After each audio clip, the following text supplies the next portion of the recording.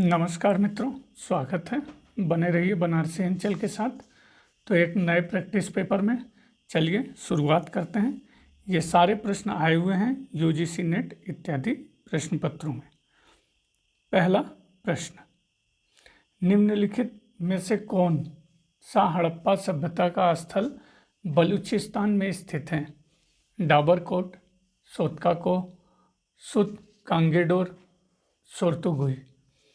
तो जो हड़प्पा का स्थल बलूचिस्तान में स्थित है वह है आपका डाबरकोट, अपना भी अनुमान लगाइए, सोतकाको और सुत कांगेडोर। ये नहीं है।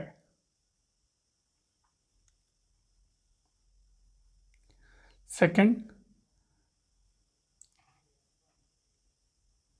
सूची 1 को सूची 2 से मिलान करना है। वैदिक नदियां और उनके आधुनिक नाम। तो कुभा, अनुमान लगाइए मित्रों, काबुल, परुष्णी, रावी, सदानीरा, गंडक, सतुद्री, सतलज। सही उत्तर आपका देख लीजिए। क्वेश्चन 3, गौतम बुद्ध के शारीरिक अवशेषों पर निम्न स्थल पर शाक्यों ने स्तूप बनवाया था, जिसका समर्थन पुरातात्विक साक्ष्य करते हैं? लुम्बिनी, निगलीवा, पिपहरवा, सहेत माहेत।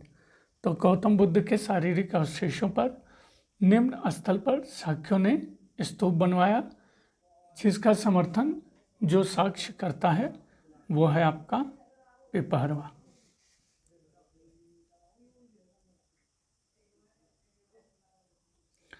क्वेश्चन 4, निम्नलिखित में से कौन सा युग्म सुमेलित नहीं है? तो नहीं पे विशेष ध्यान रहेगा मित्रों। पुष्कलावती, प्राचीन नगर, स्थिति चरसद्दा, साकल, सियालकोट, ताम्रलिप्ति, तामलुक, विजयपुरी, धरणीकोट। तो जो सही सुमेलित नहीं है वो है आपका विजयपुरी धरणीकोट, बाकी सुमेल हैं।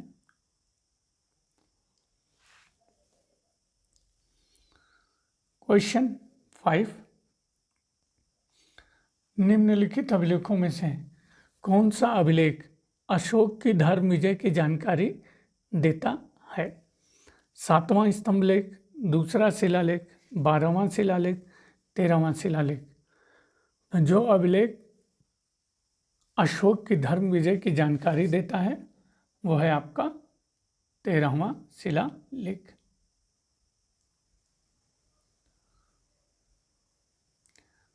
क्वेश्चन 6, शक एवं विक्रम संवत के आरंभ के बीच कितने वर्षों का अंतर है? 21 वर्ष, 78, 135, 248। तो शक एवं विक्रम संवत के आरंभ के बीच जितने वर्षों का अंतर है वो है 135।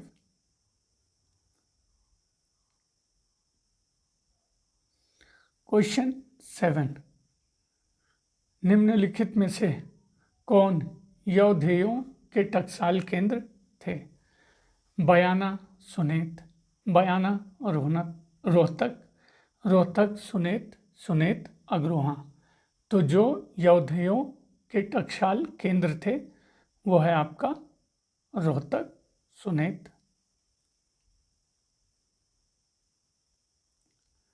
क्वेश्चन 8, निम्नलिखित स्मारकों में हीनयान कालक्रम का सबसे विस्तृत एवं विकसित चैत्यगृह कौन सा है? बेडशाह, भाजा, कारले, कोंडाड़े।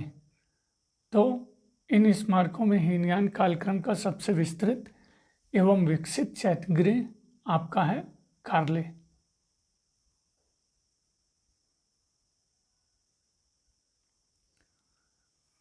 क्वेश्चन 9, निम्नलिखित में से किस स्थान पर कुषाण देवकुल प्राप्त होता है जहां राजकीय पुरुषों की प्रतिमाएं रखी जाती थी? अहिछत्र, माठ, शंघोल, शाहबाज घड़ी। तो जिस स्थान पर कुषाण देवकुल प्राप्त होता है, जहाँ राजकीय पुरुषों की प्रतिमाएं रखी जाती थीं, वह है आपका माठ।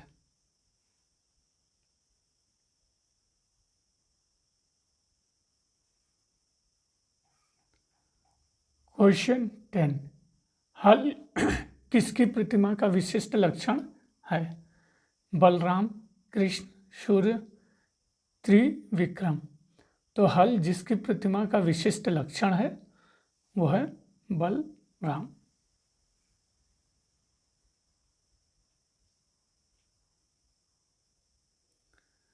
क्वेश्चन 11,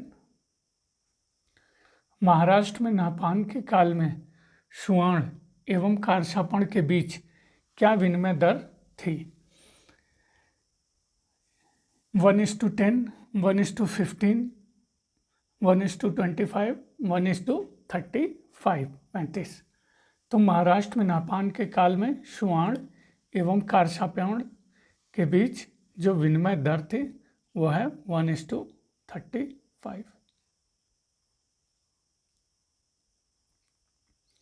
कथन और कारण का प्रश्न 12। कथन ए, समुद्रगुप्त एवं कुमारगुप्त दोनों ने अश्वमेध भांत के सिक्के चलाए थे। सही, गलत? अनुमान लगाइए। सही। कथन आर, दोनों ने ही अपने अभिलेखों में अश्वमेध यज्ञ के संपादन का उल्लेख नहीं किया था। सही, गलत? तो ये सही। एक्सप्लेनेशन या व्याख्या के रूप में क्या होगा मित्रों? ये सही या गलत? गलत। तो कह सकते हैं ए और आर दोनों सही हैं, किंतु एक ही व्याख्या आर नहीं है, बी। प्रश्न 13, निम्नलिखित में से दक्षिण में शैव आचार्य कौन थे? भूत योगी, भ्रांत योगी, कुलशेखर, सुंदर मूर्ति। तो दक्षिण में शैव आचार्य आपके थे सुंदर मूर्ति।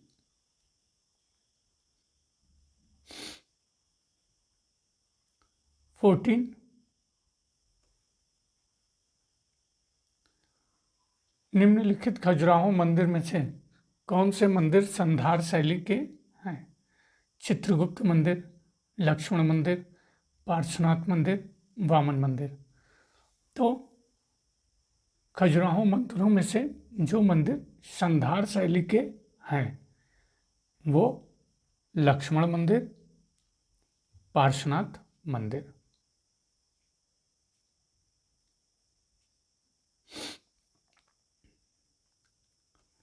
फिफ्टीन, निम्न में से कौन से युग्म सही सुमेलित नहीं है? रचना और विषय, अपराजित परीक्षा, स्थापत्य, अष्टांग हृदय, चिकित्सा, लीलावती, नाटक, वैजंती, शब्दकोश। तो जो रचना और विषय सही सुमेल नहीं है वो है आपका सी। बाकी अपराजित परीक्षा, स्थापत्य, अष्टांग हृदय, चिकित्सा, वैजंती, शब्दकोश।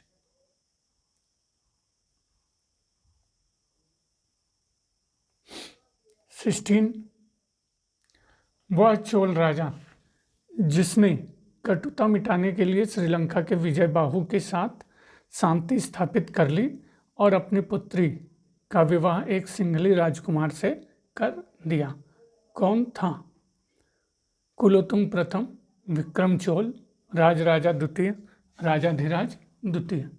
तो वह चोल राजा जिसने कटुता मिटाने के लिए श्रीलंका के विजय बाहु के साथ शांति स्थापित कर ली और अपनी पुत्री का विवाह एक सिंघली राजकुमार से कर दिया, कुलोत्तुंग प्रथम।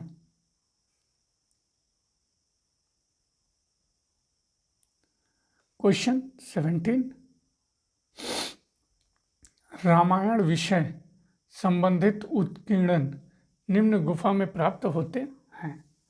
तमिलनाडु के सित्तनवसल, कर्नाटक में बादामी, आसाम में रंगमहल, आंध्र प्रदेश में उंडवल्ली। तो रामायण विषय संबंधित उत्खनन जिस गुफा में प्राप्त होते हैं वो है आंध्र प्रदेश में उंडवल्ली।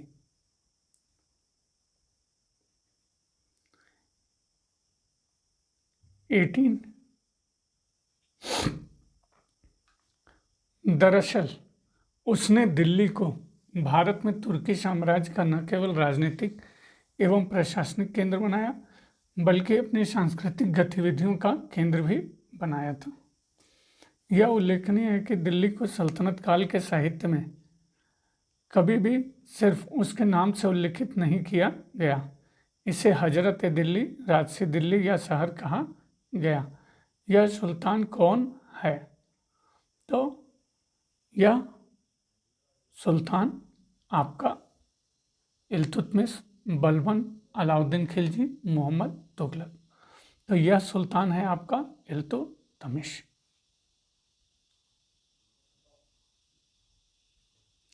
क्वेश्चन 19, निम्नलिखित में से कौन सूफियों के संवादों का संकलन नहीं है? तो नहीं पे विशेष ध्यान रहेगा मित्रों। फवायद उल फुआद, खैर उल मजलिस, मतला उल अनवर, सरूर उल सुदूर। तो जो सूफियों के संवादों का संकलन है उनको आप जान जाइए। फवाद उल फुआद, खैर उल मजलिस, सरूर उल सुदूर, मतला उल अनवर, ये सूफियों के संवादों का संकलन नहीं है। 20,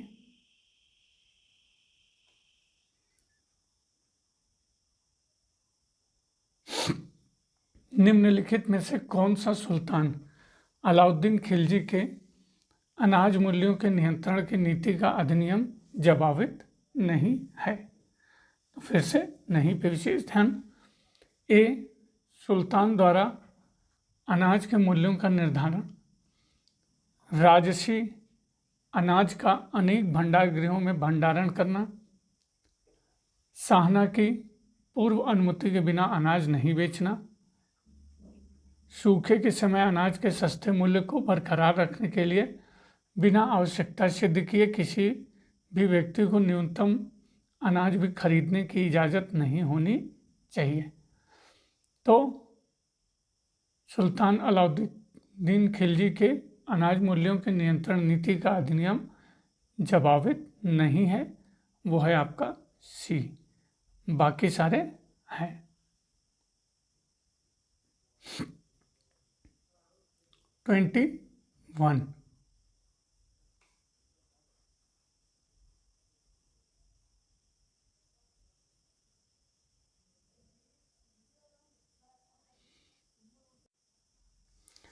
निम्नलिखित में से किस पुस्तकों में भारी वजन को उठाने के लिए चरखी का प्रयोग पहली बार मिलता है? इसामी का फुतूह सलातीन, बर्नी की तारीख फिरोज शाही, आफीफ की तारीख फिरोज शाही, सीरत ए फिरोज शाही। तो जिस पुस्तक या पुस्तकों में भारी वजन को उठाने के लिए चरखी का प्रयोग पहली बार मिलता है वो है आपका आफीफ की तारीख फिरोज शाही और सीरत फिरोज शाही।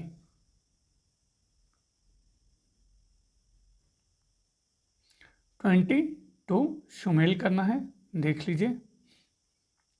अपना अनुमान लगा के शुमेल करिए। शब्द और अर्थ। शर खेल, सही अर्थ कनिष्ठ सैन्य अधिकारी। शब नवीश रात्रि लेखक। सिफा खाना अस्पताल। और शिलादार आपका सशस्त्र सैनिक।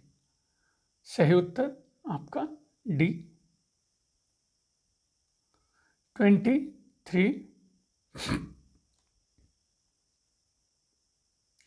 सुल्तान गहरी धार्मिक प्रकृति वाला था। वह अपने धार्मिक कर्तव्यों का निर्वाह बड़ी पाबंदी से करता था। दिन में 5 बार नमाज अदा करता था और रमज़ान में उपवास रखता था। उस दौरान वह मांस नहीं खाता था। वह सूफियों, विद्वानों और ब्राह्मण पंडितों का बड़ा आदर करता था और उन्हें भूमि दान देता था। वह राज्य के मामलों में शेखुल इस्लाम की राय लेता था और उलेमा से उसके संबंध सामान्यतः मैत्रीपूर्ण थे। ऊपर इंगित कश्मीर के शासक को चिन्हित करें। हैदर शाह, जैनुल आबादीन, हसन शाह, यूसुफ शाह। तो यह कश्मीर का शासक है जैनुल आबादीन।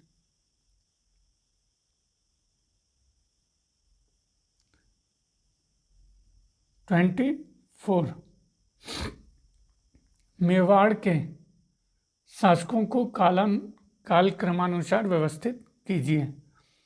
राणा रायमल, राणा सांगा, राणा उदा, राणा कुंभा। तो मेवाड़ के शासक आपका सही कालक्रम क्या होगा मित्रों? अनुमान लगाइए। पहले राणा कुंभा, दूसरा राणा उदा, तीसरा राणा रायमल और चौथा राणा सांगा। सही उत्तर डी, राणा कुंभा, राणा उदा, राणा रायमल, राणा सांगा।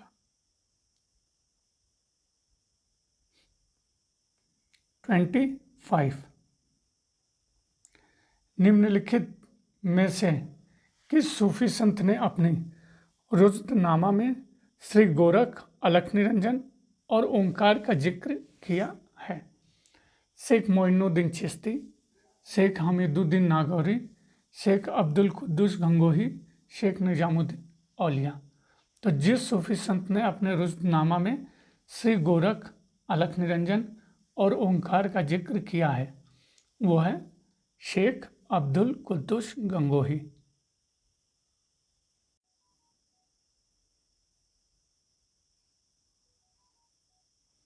26 कथन और कारण का प्रश्न। कथन ए, मध्यकाल में यूनानी पुस्तकों को अरबी अनुवाद के माध्यम से समझा गया। टालमी और गैलेन खगोल विज्ञान और औषध विज्ञान के प्रमुख विशेषज्ञ बने रहे। सही, गलत? अनुमान लगाइए मित्रों। सही। कथन आर, टॉमस रो ने लिखा है कि मुगल दरबार में मुस्लिम मौलाओं को दर्शन शास्त्र और गणित का ज्ञान था और वे महान ज्योतिषी हैं तथा अरस्तु, यूक्लिड और एवोरोस के बारे में बात कर सकते हैं। सही, गलत? सही। एक्सप्लेनेशन या व्याख्या के रूप में सही या गलत? तो सही। तो कह सकते हैं ए आर दोनों सही हैं और आर एक ही सही व्याख्या है। 27 ये भी कथन और कारण का प्रश्न। कथन ए, मध्यकाल में मदरसे मुख्य रूप से मुस्लिम धर्मशास्त्र और इसके विशाल साहित्य से संबंधित रहे। सही, गलत? सही। कथन आर, अधिकांश उच्च शिक्षा मदरसे के बाहर शिक्षकों द्वारा वैयक्तिक रूप से दी जाती थी, जो प्रायः अपने व्यक्तिगत प्रमाण पत्र देते थे। सही, गलत? सही। एक्सप्लेनेशन या व्याख्या के रूप में सही, गलत? गलत। कह सकते हैं ए आर दोनों सही हैं परंतु आर ए की सही व्याख्या नहीं है। 28 भारत और उज्बेकिस्तान में कौन से दो शासक मक्का और मदीना के पवित्र शहरों की ओर जाने वाले रास्तों को विजित करने हेतु सहमत हुए? निम्नलिखित में से उन शासकों को चिन्हित करें। हुमायूं और अब्दुल्ला खान उज्बेक, अकबर और अब्दुल्ला खान उज्बेक, जहांगीर और अब्दुल्ला खान उज्बेक, शाहजहां और इमाम कुली।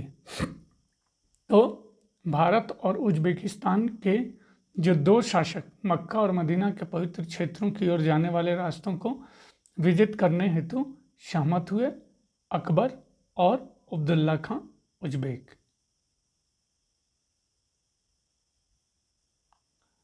29 कथन और कारण का प्रश्न।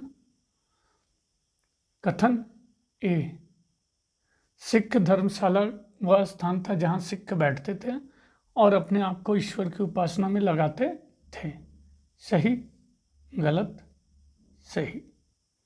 कथन आर, जब ठग सज्जन ने गुरु अर्जुन के सामने समर्पण किया तो एक धर्मशाला बनवाई गई। सही, गलत, गलत।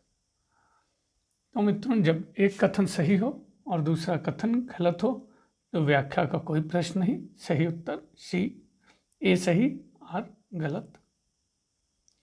क्वेश्चन 30, यह आदेश दिया गया कि हरम में निवास करने वालों के नामों का उल्लेख सार्वजनिक रूप से नहीं किया जाना चाहिए, बल्कि उनके जन्म स्थान, देश या शहर पर आधारित किसी विशेषण के आधार पर उनका नाम उल्लेख किया जाना चाहिए। उस बादशाह की पहचान कीजिए जिसने बेगमों के नामों को सार्वजनिक करने की प्रथा को समाप्त कर दिया। तो अकबर, जहांगीर, शाहजहां, औरंगजेब। तो यह शासक था जिसने बेगमों के नामों को सार्वजनिक करने की प्रथा को समाप्त कर दिया। ए, अकबर।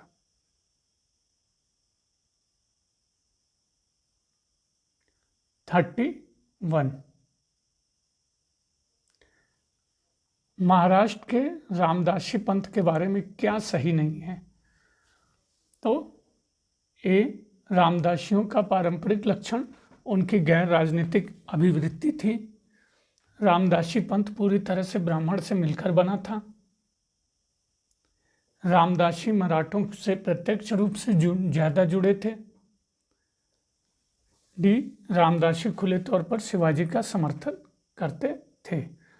तो जो रामदासी पंथ के बारे में सही नहीं है वह ए, बाकी सही है।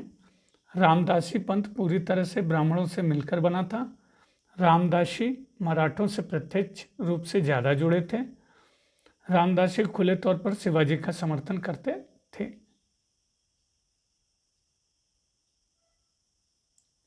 32,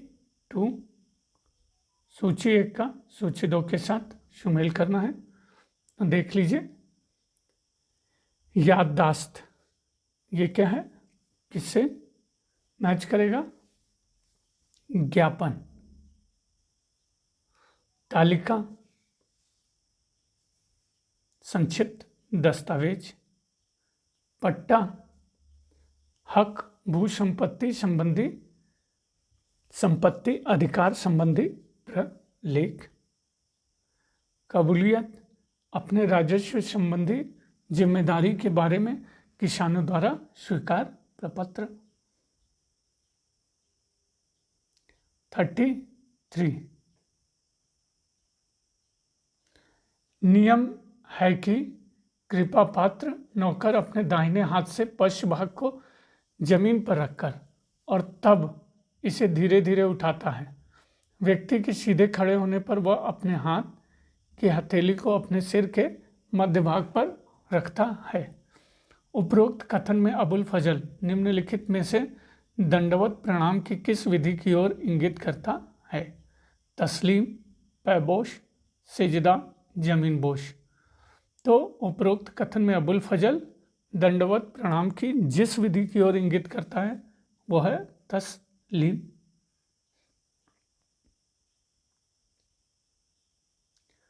34,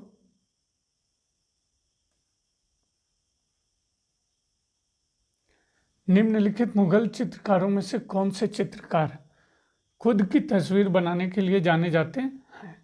मनोहर, दौलत, केशवदास, बसावन। तो मुगल चित्रकारों में जो चित्रकार खुद की तस्वीर बनाने के लिए जाने जाते हैं वो है आपके मनोहर और अनुमान लगाइए मित्रों, दौलत और केशवदास। सही उत्तर डी।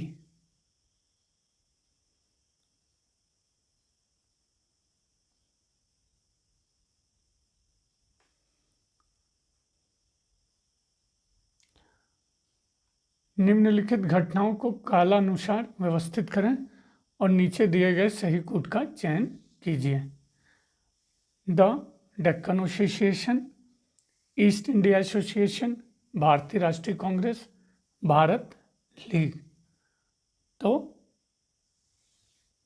सही काल क्या होगा मित्रों, अनुमान लगाइए। सही उत्तर है D, the Deccan association, east India association, Bharat league और भारतीय राष्ट्रीय कांग्रेस। ये इस तरह से चल रहा है। तिथि के अनुसार देख लीजिए। डेक्कन एसोसिएशन 1884, पुणे तिलक। ईस्ट इंडिया एसोसिएशन 1866, लंदन दादा भाई नौरोजी। भारतीय राष्ट्रीय कांग्रेस 28 दिसंबर 1885 एवं भारत लीग 1875 शिशिर कुमार घोष। 36 हिंदू और मुस्लिम दोनों सदस्यों वाले the United Indian Patriotic Association को 1888 में किसने स्थापित किया? Sir Abdul Rahim, Dadabhai Naoroji, sir Syed Ahmad, sir William Wedderburn. तो हिंदू और मुस्लिम दोनों सदस्यों वाले the United Indian Patriotic Association को 1888 में जिसने स्थापित किया वो है सर सैयद अहमद खान। 37 प्राचीन स्मारक परिरक्षण अधिनियम किस वायसराय के काल में पारित हुआ था? Lord Hardings, Lord Northbrook, Lord Lytton, Lord Curzon. तो प्राचीन स्मारक परिरक्षण अधिनियम जिस वायसराय के काल में पारित हुआ वो है आपका लॉर्ड कर्जन। 38 निम्नलिखित अधिनियमों में से किसने महिला मतदाताओं के अनुपात को बढ़ावा दिया और विधानसभा में उन्हें आरक्षित सीट दी? 1909 का अधिनियम, 1919 का अधिनियम, 1930 का अधिनियम, 1935 का अधिनियम। तो जिस अधिनियमों में महिला मतदाताओं के अनुपात को बढ़ा दिया और विधानसभा में उन्हें आरक्षित सीट दी वो है 1935 का अधिनियम। 39 निम्नलिखित में से सर्वप्रथम भारतीय महिला विश्वविद्यालय के प्रथम कुलाधिपति कौन थे? Sir R G Bhandarkar, sir Sankaran Nair, sir Tej Bahadur Sapru, sir Ashutosh Mukherjee. तो सर्वप्रथम भारतीय महिला विश्वविद्यालय के प्रथम कुलाधिपति जो थे सर आरजी भंडारकर। 40 निम्नलिखित उद्योगपतियों में से 1936 के बॉम्बे घोषणा पत्र के हस्ताक्षरकर्ता कौन थे? पुरुषोत्तम ठाकुर दास, A.D. श्राफ, अम्बा लाल साराभाई, बालचंद हीरा चंद।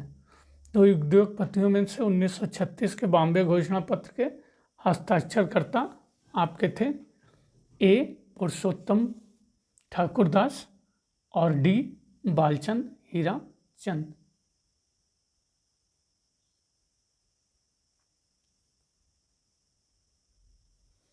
41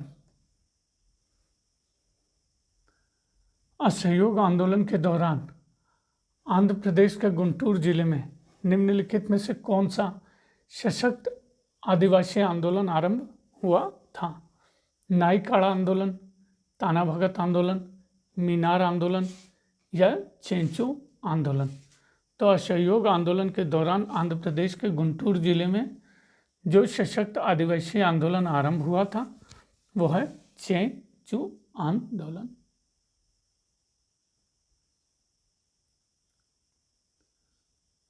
42 अंकल टॉम्स केबिन की तरह उसी प्रकार के बंगाली पुस्तक कुली कहानी का लेखक कौन है? पंडित रामकुमार विद्यारत्न, द्वारकानाथ गांगुली, शिवनाथ शास्त्री, बाबू केदारनाथ घोष। तो अंकल टॉम्स केबिन की तरह उसी प्रकार के बंगाली पुस्तक कुली कहानी का लेखक आपके पंडित रामकुमार विद्यारत्न।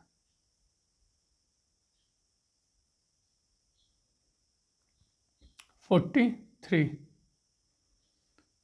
निम्नलिखित में से किसने मुस्लिम लीग और भारतीय राष्ट्रीय कांग्रेस को 1916 में एक साथ लाने में महत्वपूर्ण भूमिका अदा की? लोकमान्य तिलक, हेनी बेसेंट, थियोडोर बेक, वकार उल मुल्क। तो जिसने मुस्लिम लीग और भारतीय राष्ट्रीय कांग्रेस को 1916 में एक साथ लाने में महत्वपूर्ण भूमिका अदा की, उसमें दो नाम दिया हुआ है मित्रों, लोकमान्य तिलक और एनी बेसेंट। अगर इसमें से जो कोई एक मुख्य नाम है तो आप कमेंट में लिख सकते हैं।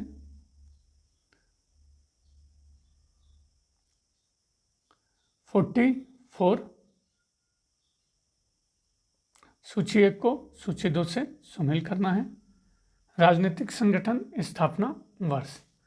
इंडियन एसोसिएशन स्थापना वर्ष 1876। महाजन सभा 1884। The Bombay association 1852। पूना सार्वजनिक सभा 1867। सही उत्तर बी। 45 कथन और कारण का प्रश्न है। पहला, अभिकथन। भारत ने सार्वजनिक मामलों में महिलाओं के प्रवेश में वृद्धि करने के बाद अपने राजनीतिक रूढ़िवाद के एक बड़े हिस्से को उखाड़ फेंका। सही, गलत? सही। तर्क आर, यदि शक्ति का अर्थ पाश्विक शक्ति है तो पुरुषों की तुलना में महिलाएं वास्तव में कम पाश्विक हैं। यदि शक्ति का अर्थ नैतिक शक्ति है तो महिलाएं अमानवीय रूप से पुरुषों से श्रेष्ठतर हैं। सही, गलत? सही। और व्याख्या के रूप में मित्रों, सही या गलत? तो गलत। कह सकते हैं ए आर दोनों सही हैं, लेकिन आर ए की सही व्याख्या नहीं है। 46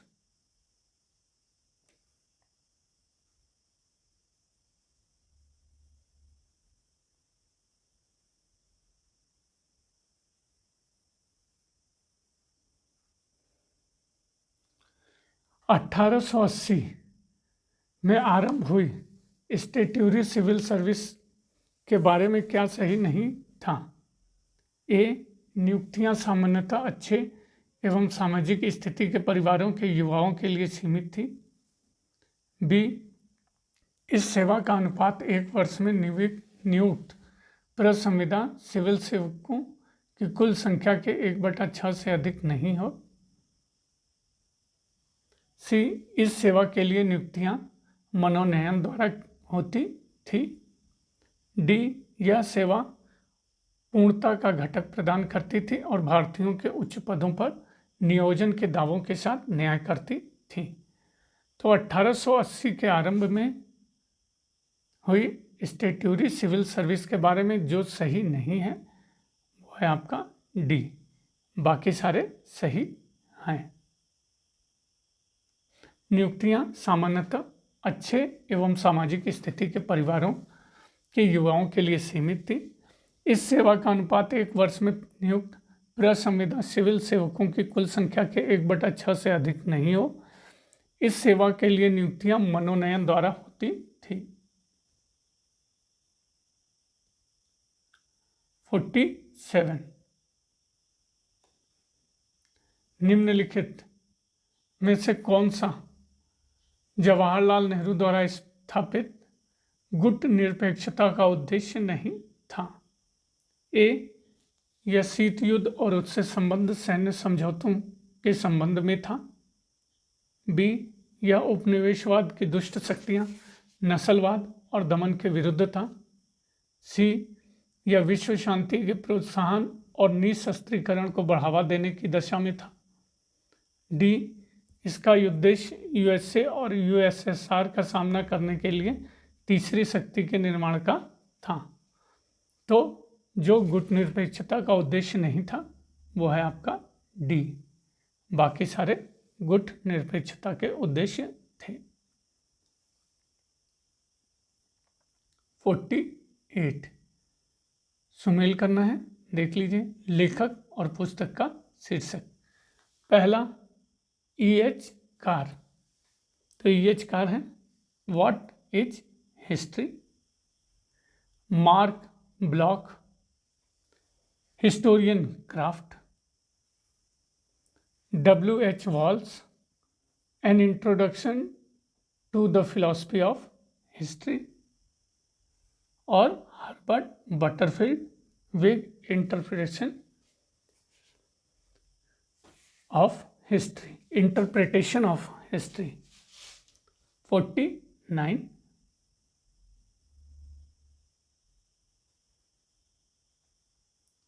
निम्नलिखित में से किस वर्ष वार्सा समझौते के देशों और नाटों के बीच यह घोषित करते हुए कि वह अब शत्रु नहीं रहे, शीत युद्ध की समाप्ति को प्रकट करती संधि की गई? 1988, 1989, 1990, 1991। तो जिस वर्ष वार्सा के समझौते के देशों और नाटों के बीच यह घोषित करते हुए कि वह अब शत्रु नहीं रहे, शीत वर्ष की समाप्ति को प्रकट करती संधि की गई, वह है 1990।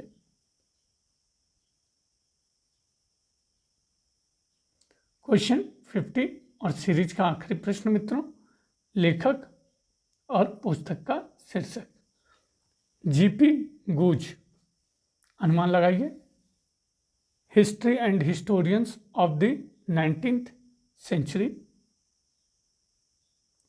Edward Gibbon, decline and fall of the Roman Empire. C Oswald Spengler, the decline of the West. R G Collingwood, the idea of history. सही उत्तर आपका डी, देख लीजिए। तो मित्रों ये पेपर यहीं समाप्त होता है। बने रहने के लिए बनारसी अंचल के साथ बहुत बहुत धन्यवाद मित्रों।